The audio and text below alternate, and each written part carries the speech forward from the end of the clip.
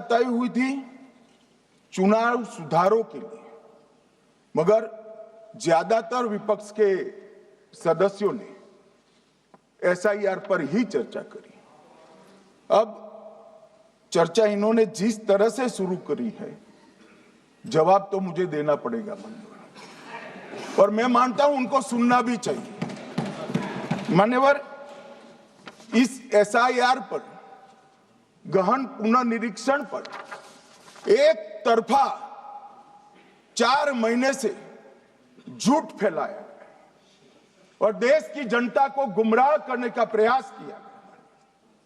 और मेरा आग्रह है सदन के पक्ष और विपक्ष के सभी सदस्यों, मैंने एसआईआर की प्रक्रिया का, इससे जुड़े हुए संवैधानिक अनुबंधों का और भूतकाल में जो एसआईआर हुए वो सभी का गहन अभ्यास किया है। मैं आज आपके माध्यम से इस सदन को और सदन के माध्यम से पूरे देश की जनता को जो झूठ विशेषकर कांग्रेस पार्टी द्वारा फैलाया गया है, वो झूठ का मेरे तर्कों के हिसाब से जवाब देना चाहता हूं। आप बेटे बेटे ज्ञान मत दीजिए। मान्यवर, ये देश के संविधान में, मान्यवर, ये देश के संविधान से, संविधान के अनुच्छेदों से चुनाव आयोग की रचना हुई। एक प्रकार से चुनाव आयोग एक संवैधानिक संस्था है। संविधान के अंदर चुनाव आयोग का गठन, उसकी शक्तियां, चुनावी प्रक्रिया, मतदाता की परिभाषा और मतदाता सूची को तैयार करने और उसके सुधारने के लिए की शक्तियां, इसके बारे में स्पष्ट प्रावधान किए गए। और मान्यवर, बड़ी विनम्रता से मैं बताना चाहता हूं कि प्रावधान जब किए गए तब हमारी पार्टी बनी ही नहीं थी। हमारी पार्टी के अलावे जो लोग हैं, इन लोगों ने संविधान सभा में चर्चा कर संविधान को बनाया था।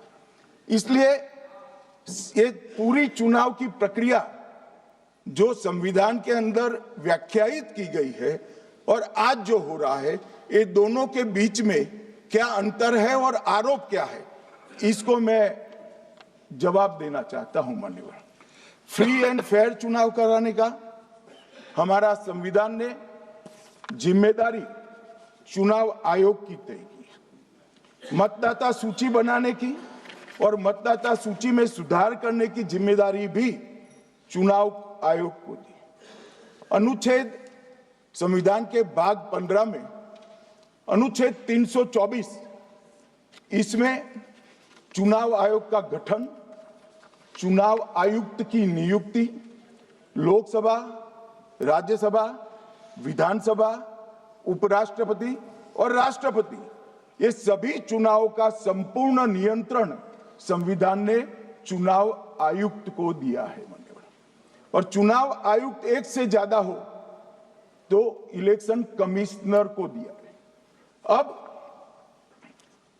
325 जो अनुच्छेद है, वो किसी भी पात्र मतदाता को मतदाता सूची से बाहर नहीं रखा जाता, इसका प्रावधान करता है।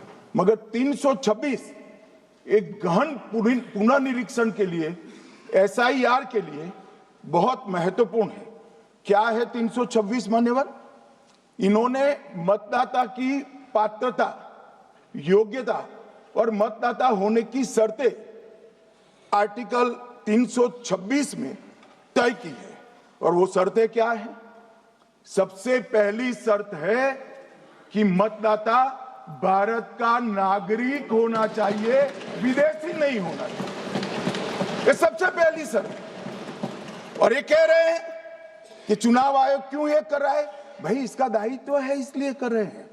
दूसरी है, 18 साल से ज्यादा आयु का व्यक्ति मतदाता बन सकता है।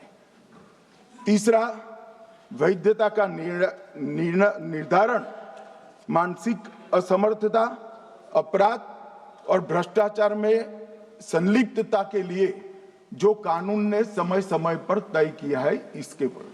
तो ये 3 पात्रताओं के आधार पर भारत के मतदाता होने की बात तय होती है। और ये 3 चीजें किसने देखनी है मान्यवर? चुनाव आयुक्त को देखनी है। Chief election